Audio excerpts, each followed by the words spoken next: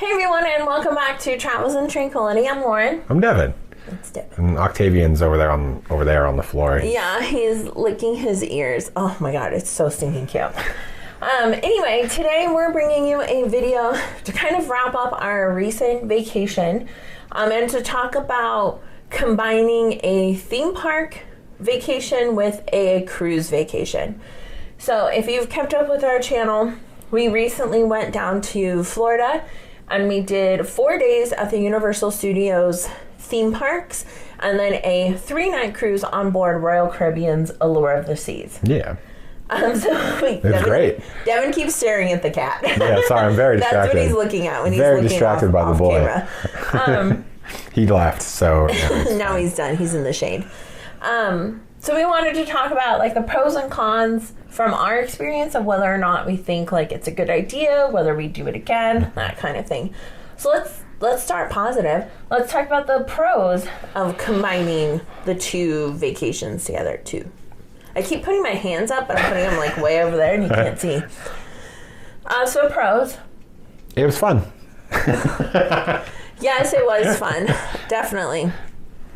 So longer vacation. Yeah, much longer vacation. Is a pro. Because you're getting to do multiple things. You know, you're getting the theme parks and you're getting the cruise. Right, and after knocking out a theme park, you just want to just chill. Yeah, absolutely. And cruise ships are the perfect way to do that. Yeah, absolutely. Yeah, if you have them ordered correctly, that is kind of nice. You get the relaxation a bit do it after you have all the theme park, the 10 miles, you know, that you've been walking and stuff like that. I also think another pro for us, as people who live on the West Coast, that if you're already flying out to Florida, if you're spending a full day just trying to get to Florida to take a vacation, why not do both? Why not do as much as you can? You know, you're already there. So for us, you know, we had booked the cruise first. That was our first vacation over Memorial Day weekend. And then me being me was like, that's a really long way to fly just for such a short cruise. Yeah. And so we kind of started talking about adding the theme park to it, and then it just kind of snowballed, right, for how many days we were there and stuff like that. Yeah. But, you know, if you're already flying out, you're spending the money to get down there, like, why not just do multiple things? Exactly. Because it's not easy for us to go visit those theme parks.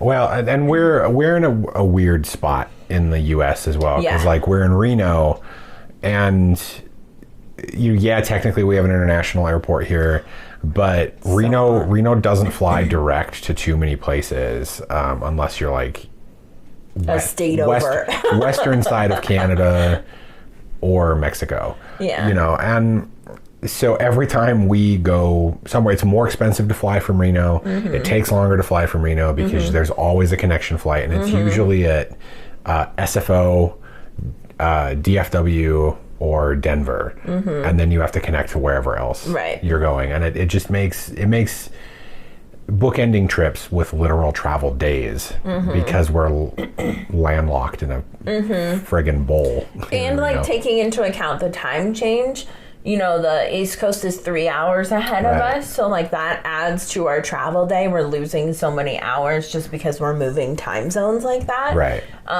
So yeah, it, like Devin was saying, it really takes us a full day. So a big pro to us to combine the two is we're already out there. We're already out there. Like we might as well do all the things that we enjoy doing there. Right. And that's kind of what I had for pros. Was like fun, longer vacay. You're already out there. I would say for pros, one thing I was thinking about this morning is that for me, because I'm usually the one that handles like transportation on the ground once we're there, it was way easier to navigate between Orlando and Canaveral than in other places than it has been, like, you know, Houston to Galveston. One of my biggest irritations with Houston and Galveston, because you can't fly into Galveston because it's a little island. Right. So you have to fly into Houston at one of the two airports in Houston, and then Uber down or drive down or whatever. And there isn't any real reliable form of mass transit there. And so you're really stuck with Uber or Lyft, which is the most convenient, or a taxi. Taxis are out of the question because they cost hundreds and hundreds of dollars to drive from Houston to Galveston. And Ubers, I don't think, I'll have to verify, but going back through my Uber history, but we have not had, because we've cruised out of that port twice, and both times, coming and going, we have not had an Uber bill less than $100. It's nonsensical how much it costs to Uber around in that part of Texas. But in Florida, in that part anyway, between Orlando and Canaveral, there is, they just installed or they just refurbished or added a new line or whatever on this new system called a Brightline, which if you can figure it out, I didn't want to deal with that because I didn't learn about it until like right before we left. Right. Brightline goes between Orlando and Port Canaveral, and it's like super cheap. It only takes like train. 45. Yeah, it's a train. But with the Ubers, so we just did the Ubers like we normally do. It was only like between $60 to $90 to go between. So I don't know why it was so much cheaper, but the availability was great. We didn't have to wait for anything. No.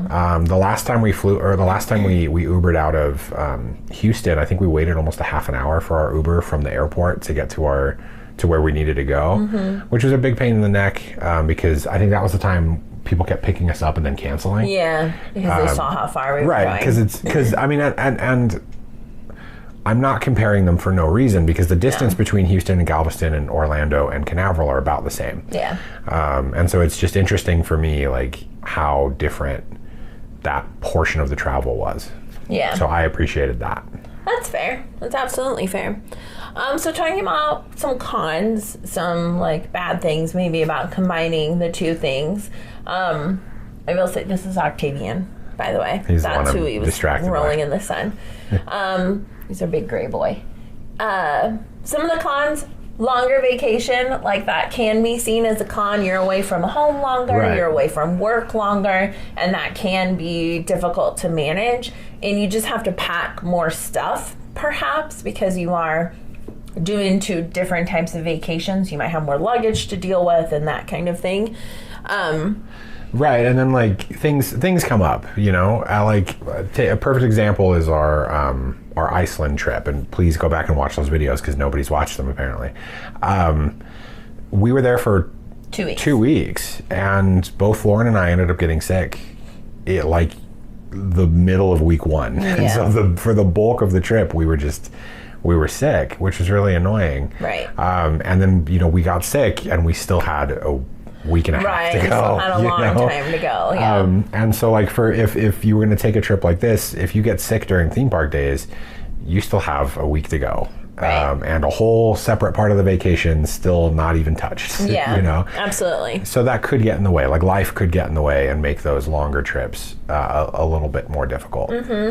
Also, combining a theme park and a cruise obviously costs more. And, that can be a con, if you're living on a budget, if you're, trying to get the most out of the old mighty dollar, like we all are, it costs more money. You're also spending more money on incidentals and food and transportation, souvenirs, all that kind of stuff.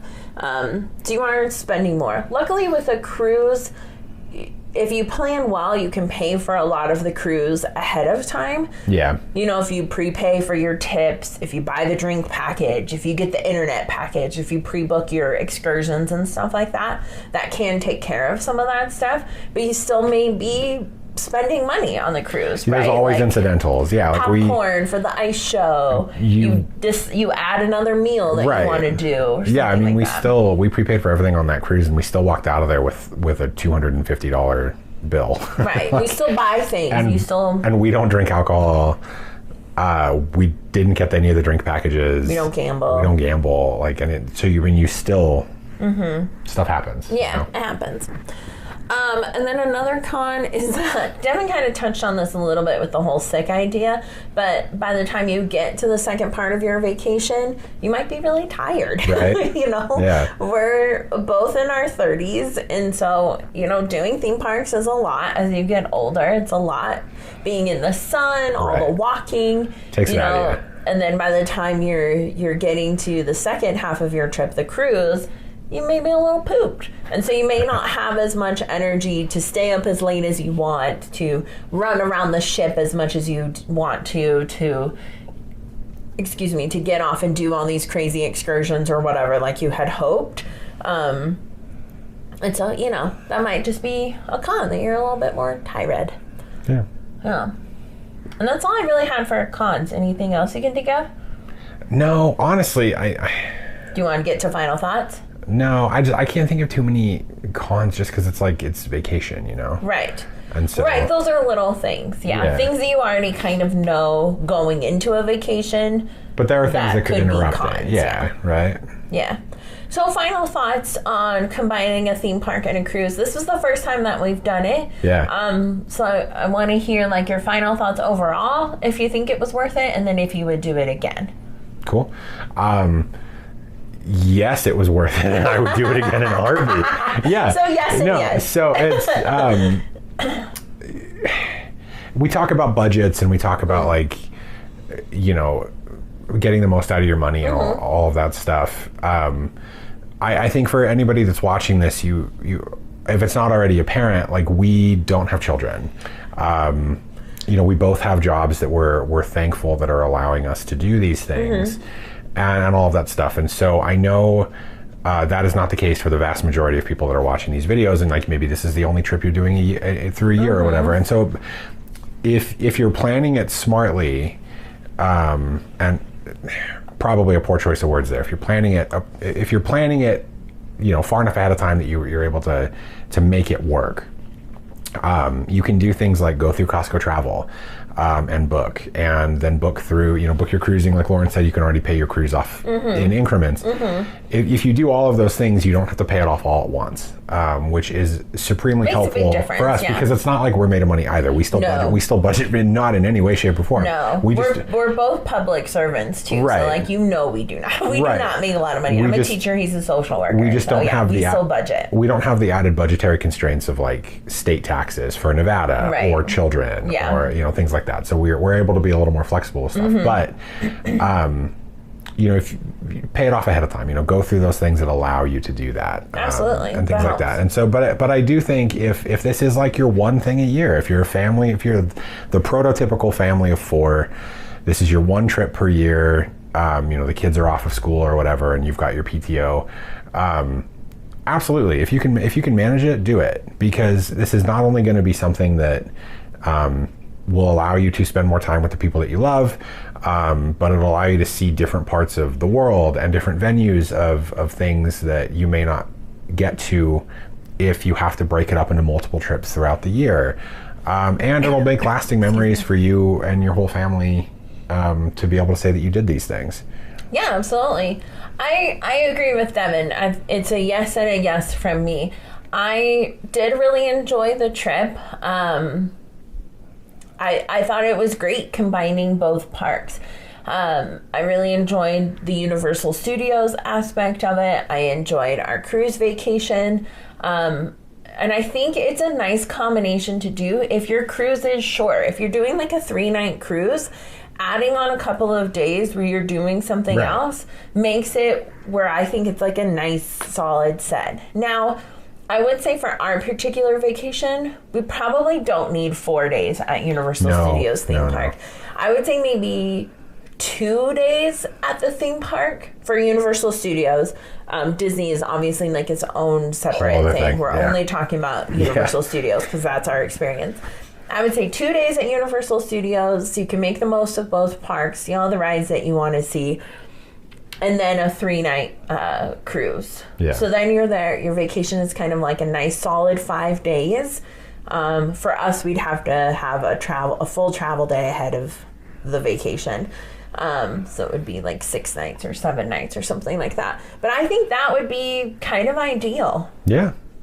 I think that would be perfect. So that's the only thing that I would change about our particular experience. I don't think we needed as many days at the theme parks.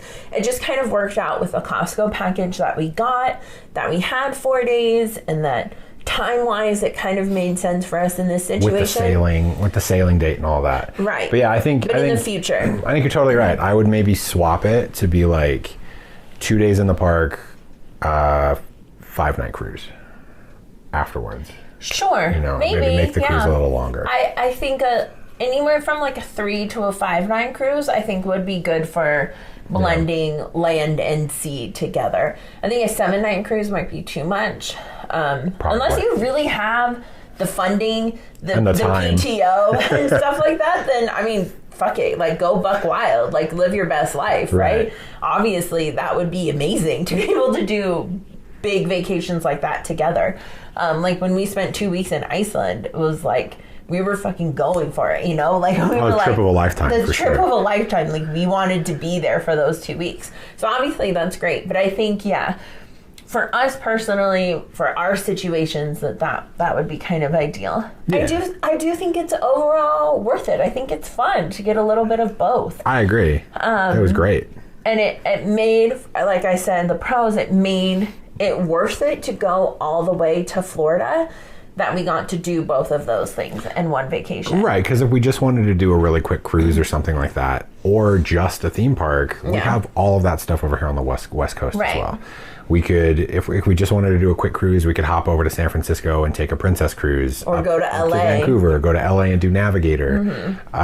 Or just go to one of the multiple theme parks that are an hour flight away. Yeah. So. Or a few hours drive if you're thinking like Six Flags or something like that. Yeah. I mean, Vallejo's only 3 hours away. Yeah. So that's our opinion on the whole combining theme park and cruise vacations. Let us know in the comments down below if you've ever combined that and what you thought. Or, now that you're maybe thinking about it, like what are your thoughts on it and whether or not you think it would be worth it in your situation. Yeah, or what would you combine? I'm fascinated to hear, because we combined a cruise and a theme park. What would you combine? What would be your ideal combination of vacation? That'd be fun to know. That would be fun to know. Yeah. That would absolutely be fun to know. So definitely let us know in the comment box. I like reading all the comments. I think it's so fascinating. Yeah. To see how different people travel and to hear from people who were like, we did that cruise and we loved it. Or, I love reading those comments. It's like, yeah, it's amazing. It's fun finding people that like the things that you like. Right. So definitely let us know in the comments. And I will leave linked in the description box below our VIP tour for Universal Studios Orlando and the Hollywood one. I think that's still linked in the description box.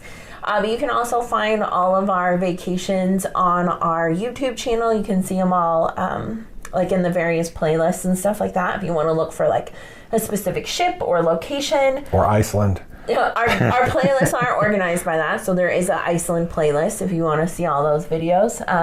But now that we've been doing this for over a year, it's kind of cool to see them all listed in the little playlist section. We have almost 100 videos.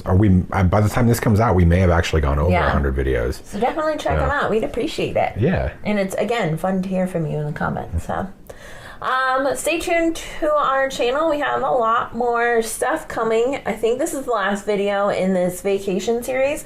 So stay tuned. We have so much coming. We've got Europe. We've got a Ren Fair. We've got Icon. Icon is coming in a few months. So definitely stay tuned. It's kind of funny that we're talking about Icon and Utopia and all that stuff that we're doing and the European cruise. I'm most excited about this friggin' Ren Fair. I know, we're both really excited about the Ren Fair. We've never done one before. No, that'll be probably the closest video with the other things that Devin's talking about. So, anyway, stay tuned. Or let us know in the comment box if you've ever been to a Ren Fair, because I think even by the time this video is coming out, we still haven't gone to the Ren Fair, so you can give us some tips and tricks. And we'll catch you guys in the next one. Devin's hitting his microphone with the cat. Bye. Oh my god. She's all on the microphone. I'm so sorry for that noise. It's alright, she's cute, so she gets a pass. She is cute. Oh, she's gonna bite you. God, okay. Bye, guys.